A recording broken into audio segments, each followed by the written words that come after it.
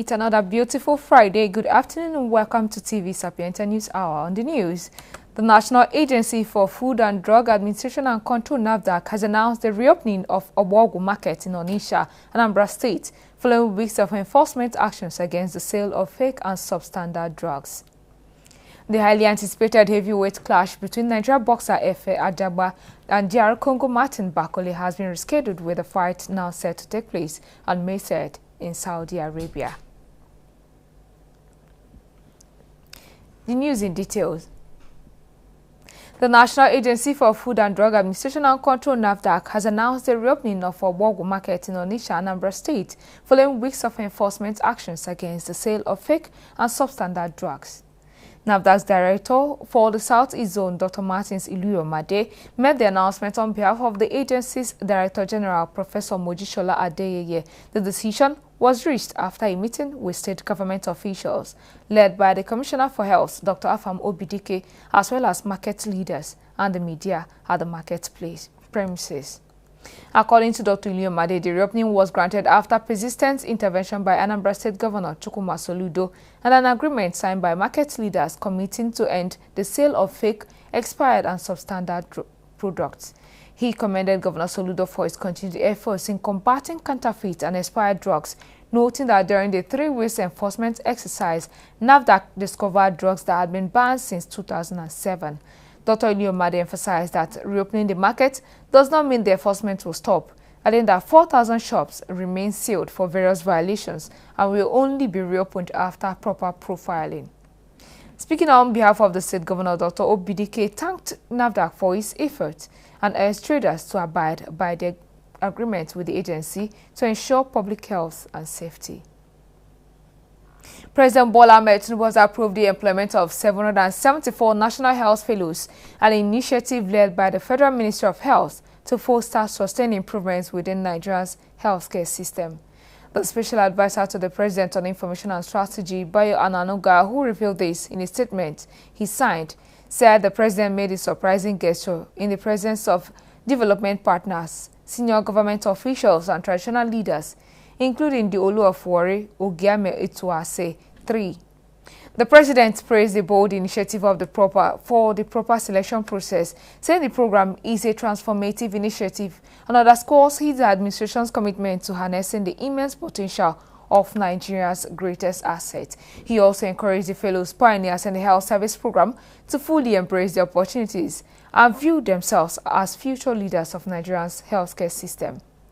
In his remarks, the Coordinating Minister of Health, Social Welfare, Professor Mohammed Pate, expressed his gratitude for the initiative and the crucial role the 774 fellows will play in building Nigeria's health sector. The United Nations Framework Convention on Climate Change Executive Secretary Simon Sell has called for the implementation of a robust national climate plan to drive Nigeria's economic growth. During his 4-day visit to Nigeria, Sell engaged with senior government officials, civil society representatives, and business leaders to discuss how climate action could contribute to the country's development. Speaking at a symposium hosted by the Nigeria's National Council on Climate Change Secretariat at the Lekki Conservation Center in Lagos, Sell stated that ambitious climate action can help secure not only environmental protection but also economic progress and improved living standards for Nigerians. He went ahead to point out that investing in clean energy and sustainable agriculture would create jobs, attract foreign investment, and enhance Nigeria's competitiveness on both regional and global scales. The UN Climate Chief called for more international finance to support Nigeria's climate ambitions, emphasizing that public and private funding must increase to help the country achieve its goals. Abia State and the Socialist Republic of Vietnam are seeking collaboration in agriculture, textiles and garments, manufacturing and electronics, among others.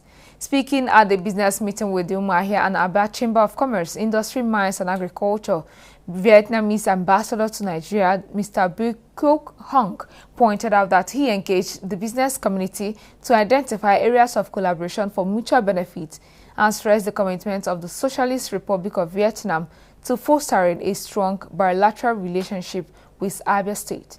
He appreciated the State Governor Alex Oti on his readiness to partner with the country in various areas of the economy, for development and extended an invitation to the Abia business communities to seize the opportunity of the relationship to visit Vietnam during business expos and exhibitions. Reacting, the State Commissioner for Trade and Commerce, Kingsley Wokocha, said he saw a future in the collaboration between Vietnam and Abia states. Also, the Commissioner for Industry, Mike Akbara, asked the visiting envoy to attract Vietnamese investors to bring back the moribund Aba textile mill. Welcome back to the news. They have intentions in Rivers State as a militant group.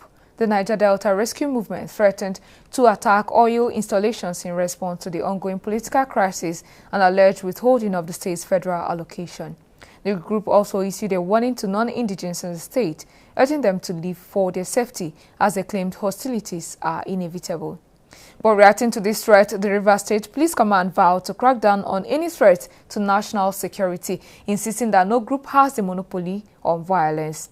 The State's Commissioner of Police, Oluchi Ojo-Bamidele, assured residents that security forces are prepared to contain any disruptions, warning that law enforcement will not tolerate attempts to destabilize the state. Dissociating himself from any link with the militants, the governorship candidate of the National Rescue Movement in the 2023 election, Ambassador Jack Rich, at a news briefing clarified that the video and the militants have no link with him or his party.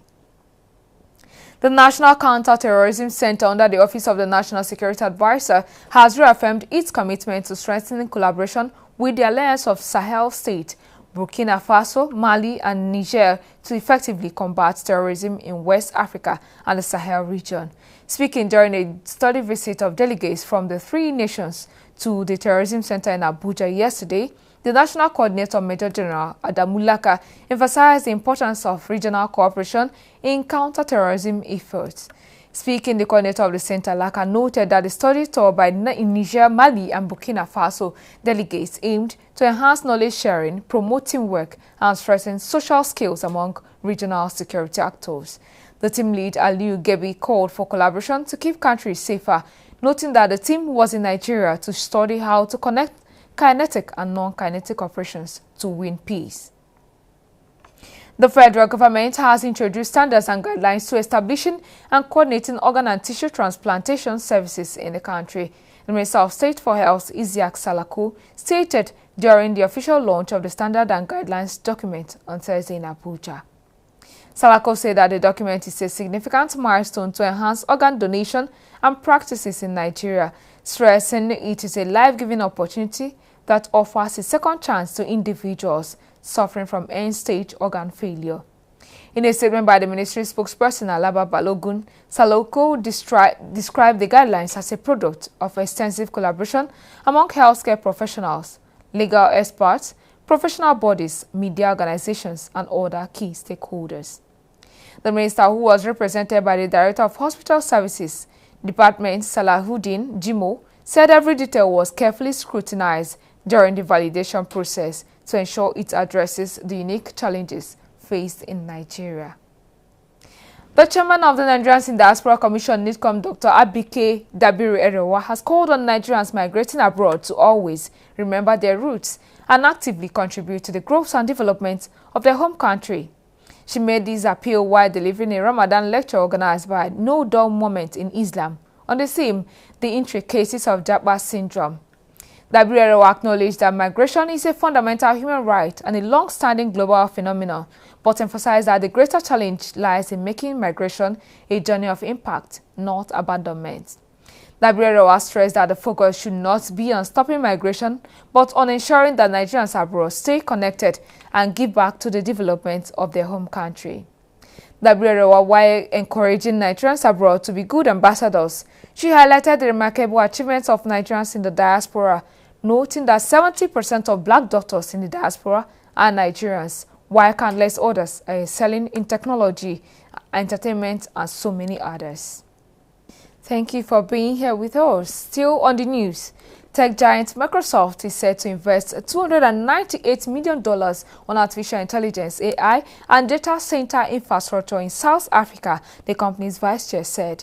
It also announced in January it would provide 1 million South Africans with AI and cyber security training opportunities by 2026. The company, according to the Vice Chair Brad Smith, will fund 50,000 people to follow further courses and certification exams in cloud architecture, AI and cyber security, he said.